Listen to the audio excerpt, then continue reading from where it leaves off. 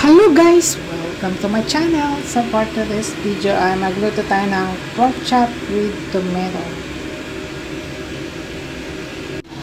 So let's start to cook. So i-fry na natin yung ating pork chop. So minarinate ko na yan guys ng light oyster sauce, white pepper powder, sugar. So ayan.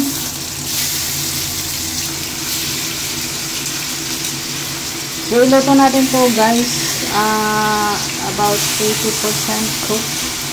Kasi iluluto pa natin mamaya. So, kailangan palambutin.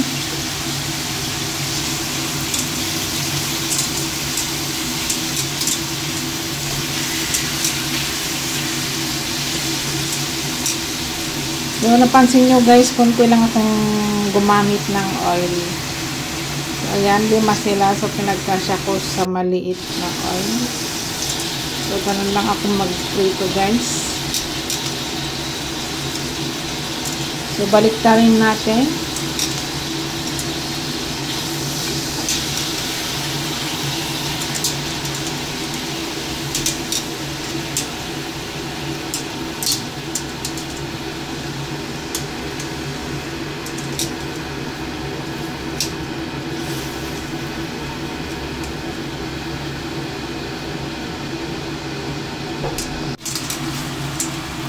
So, baliktarin uli natin guys. Hanggang ito ay maluto.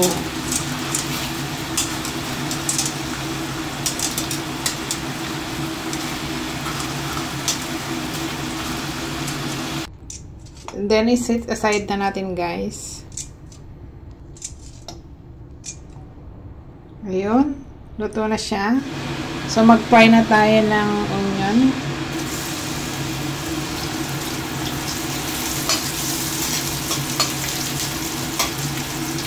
So, simpleng luto lang to guys. And then, ilagay na natin yung ating tomato. And season with ketchup, salt, sugar, and pepper. Ayan guys. So, habang lulutuin natin yung kamatis, so, pwede na natin ilagay yung karne para maluluto din siya. Ayan. Tatakpan natin. Then, gawa tayo ng cornstarch with water para pampalapot dun sa tomato sauce. So, ayan. So, ilagay na natin.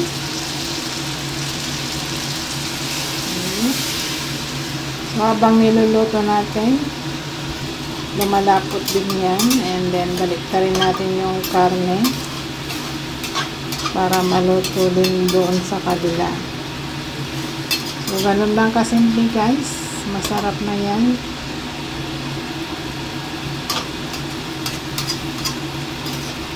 So, mayroon na naman tayong masarap na ulam.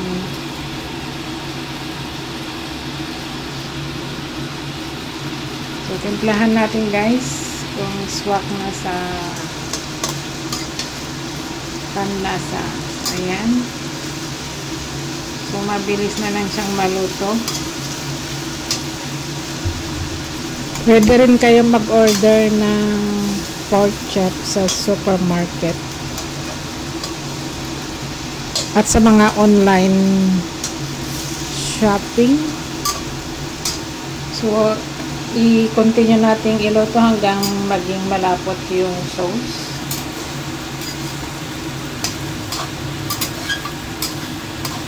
Ayan, medyo okay na siya guys. So, garnish with spring onion or parsley. Ayun, pwede na siyang ilagay sa plate guys.